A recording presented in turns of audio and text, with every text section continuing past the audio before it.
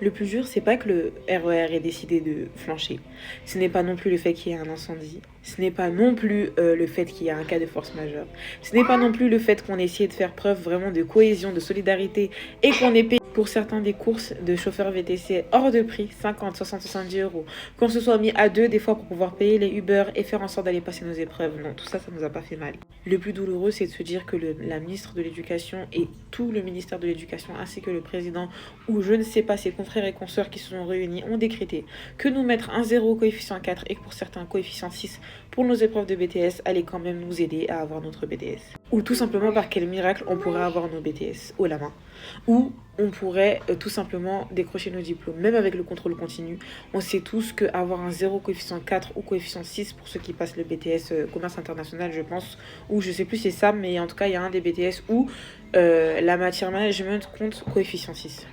Pour la nôtre, je passe le BTS MCO, c'est coefficient 4. Je me demande en fait dans quel monde on vit et où on va. Parce qu'ils ont décrété que nous mettre un 0, ça allait être plus simple, du coup, c'était la meilleure solution.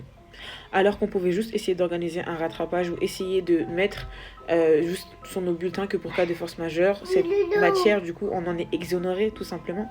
Parce que comme on le sait, c'est un cas de force majeure, ça ne fait pas partie de nos compétences, on n'avait aucun droit ni aucun moyen d'agir sur ce moyen-là parce qu'on parle d'un incendie et la RATP même qui est une entreprise d'État n'a rien pu faire pour essayer de nous assurer des solutions, on a été obligé d'en trouver de nous-mêmes, quitte à devoir débourser de l'argent de nos propres poches, étant étudiants et étant même pour certains sans moyens, certains utilisaient leurs derniers sous du mois avec lesquels certains devaient manger même en se disant c'est mon épreuve, je donne tout. Et tout ce qu'on trouve à nous dire, c'est ça. Je pense qu'il est temps qu'on se réveille. Vous êtes les premiers à dire que cette génération est désinvolte, qu'elle n'est totalement désintéressée des études, qu'elle est vraiment frivole, qu'elle a des mœurs vraiment très légères. Et quant à ceux qui passent leur diplôme, et quant à ceux qui essaient de se battre, et quant à ceux qui essayent d'avoir un avenir vraiment potable et de se battre pour essayer de fonder quelque chose dans leur vie et essayer de décrocher leur diplôme, on leur tire une balle dans le pied. Alors, mesdames et messieurs les ministres, monsieur le président et tous ses confrères et consoeurs qui ont un moyen d'agir sur cela, je vous invite vraiment à essayer de vous réunir ou de nous trouver une solution, s'il vous plaît, afin qu'on puisse décrocher nos diplômes haut la main. Car vous savez très bien que la solution que vous avez décidée et celle que vous avez décrétée n'est vraiment pas la plus appropriée et je sais qu'on est capable de faire mieux. De notre côté, les étudiants, je vous invite vraiment à essayer de mettre en place des cagnottes. Les étudiants, on a des solutions. Sur Google Docs, on peut essayer de faire une pétition. On peut essayer de porter plainte de façon commune. Peut-être que ça va marcher, je ne sais pas. On va essayer de trouver des solutions ensemble, mais il est hors de question que moi je reste les bras crasés quand j'ai sacrifié 2 ans de ma vie pour avoir ce diplôme.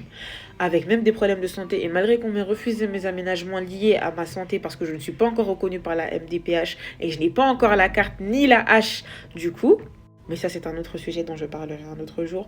Je n'ai eu ni de tiers-temps ni rien. J'ai juste expliqué gentiment aux personnes qui me faisaient passer des épreuves pour les autres épreuves, etc., que j'avais besoin de me lever et de marcher. J'ai sacrifié ma santé parce que oui, j'avais d'autres choses à faire. Je devais m'occuper de ma santé. J'avais même peut-être une opération à subir, etc. Je me suis remise le plus rapidement possible pour essayer de venir passer mes épreuves. Tout ça pour finir par pleurer devant le lycée parce que je ne peux pas passer la matière la plus importante. Et avec ça, on va nous dire que cette génération ne réfléchit pas.